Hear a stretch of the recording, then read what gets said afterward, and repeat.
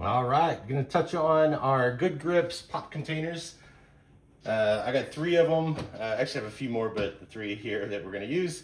Pop container, top pops on and off. So once it's popped down, the lid does not come off. If it's up, comes off quick and easy. It's got a scoop that attaches to the lid, easy to use. Take off, put it back in there so you don't lose it. That's what the container looks like. So they do have a good seal, but they are not waterproof or anything. As far as I know, they are meant just for dry goods. So keep it in the dry goods section. I recommend hand washing. The top can be taken apart and washed as well. Not gonna show that, but quick thing there, just have some tea bags, Goldfish, and almonds. That's mine.